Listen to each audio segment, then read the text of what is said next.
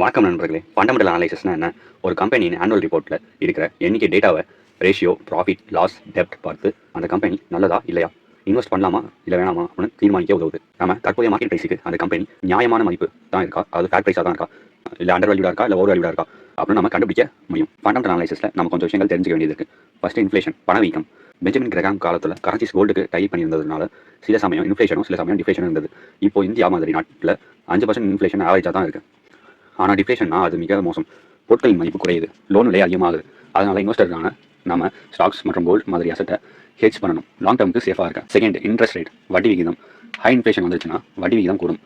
இதனால் கம்பெனிகளோட ப்ராஃபிட் குறையும், வணிக வளர்ச்சி ஸ்லோ ஆகும், இன்வெஸ்டருக்கு லோ ரிட்டர்ன்ஸ் வரும். அதனால் ஒரு இன்டெலிஜென்ட் இன்வெஸ்டர் இன்ட்ரெஸ்ட் ரேட் சுழற்சி எப்போ ரிவர்ஸ் ஆகும், எப்போ ஃபால் ஆகும் என்பதை ப்ரீ ஜட்ஜ் பண்ணணும்.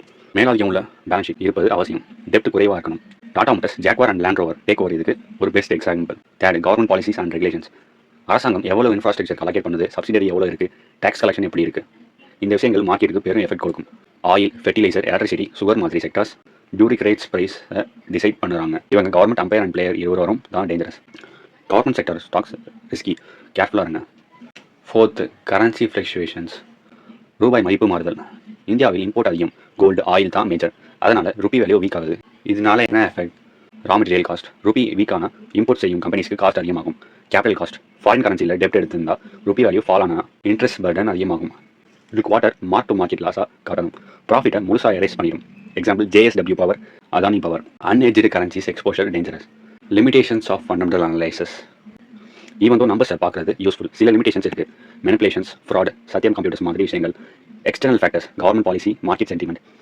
Prediction limits, future earnings estimate பண்ண கஷ்டமாக இருக்கும். ஃபிலிப் ஃபிஷர்ஸ் பிரின்சிபல் ஃபாலோ பண்ணணும். ஈவன் வாரன் பஃபெட் நன்கு மார்க்கெட்டை எஸ்டிமேட் பண்ண முடியாமல் சம்டைம்ஸ் மிஸ்டேக் பண்ணியிருக்காரு. Right way to do fundamental analysis.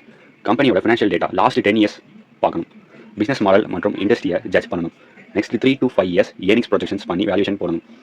Balance sheet ஸ்ட்ரென்த்தாக இருக்கா, depth level, profit margin, new product adaptability, இதெல்லாம் கீ மெட்ரிக்ஸ். ஒரு நல்ல ஃபண்டமெண்டல் அனலைசிஸ் பண்ணுறவங்க பேனிக் ஆகாமல், மார்க்கெட் சென்டிமெண்ட்டை பொருட்படுத்தாமல் லாங் டர்ம் சக்ஸஸ்க்கு துணை செய்யக்கூடிய ஸ்டாக்கை மட்டும் பிக் பண்ணுவாங்க.